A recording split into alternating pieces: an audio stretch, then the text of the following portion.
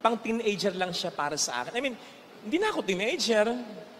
Gusto ko mga matured roles na, yung mga pinapanood ko, eksena. Hindi talaga.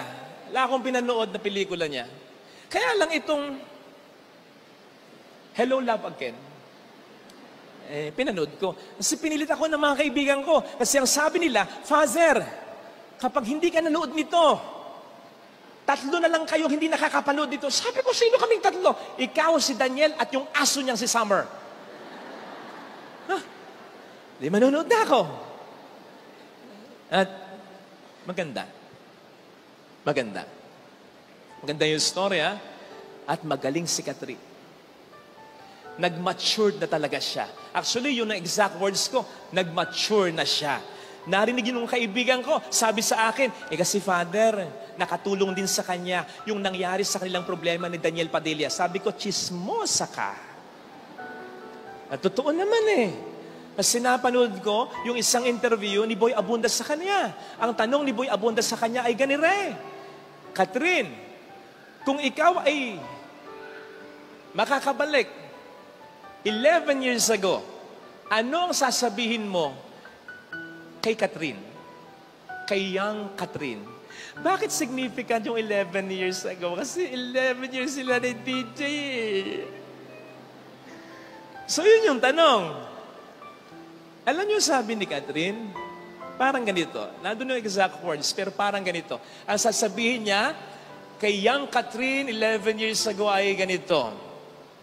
Hindi kita pangungunahan because I want you to experience all emotions. The pain, the happiness, sapagkat magiging malaking parte ang lahat ng iyon kung sino ka ngayon. Totoo naman At bakit nangyari yon? Kasi pinaghaharian siya ng Panginoon.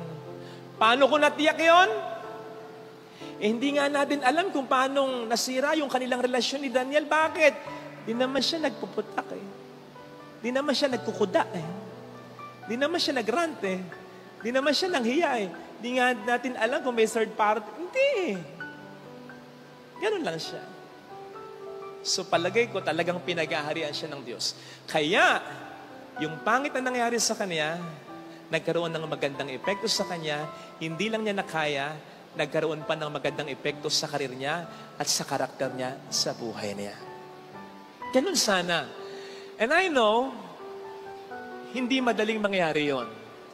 Pero, magiging madali kung gagamitan mo ng pananampalataya yon. Magiging mahirap lang yon kapag pinapaghari mo yung lungkot na naramdaman mo. Pinapaghari mo yung takot na nararamdaman mo. Pinapaghari mo yung pag-aalala na nararamdaman mo. Pinaghari mo yung pagdududang nararamdaman mo. Kasi pag bumagsak ka sa exam, naluging bigla yung negosyo, iniwan ka ng partner mo, niloko ka. Yun ang initial reaction mo Lungkot, takot, inis, galit, pag-aalala. Paano na ako? Paano na ang pamilya? Yun ang initial reaction mo. Pero huwag mong papaghariin yon. Huwag mong alagaan yon. Huwag mong ulit-ulitin sa budhi mo yon, sa isipan mo yon. Kasi paghaharian ka nun. Huwag mong isuko sa mga bagay na yon ang iyong pagkatao, ang magagandang plano ng Diyos para sa iyo. Pairalin mo ang pananampalataya mo sapagkat yun ay makakaya mo. Paano ako nakasigurado?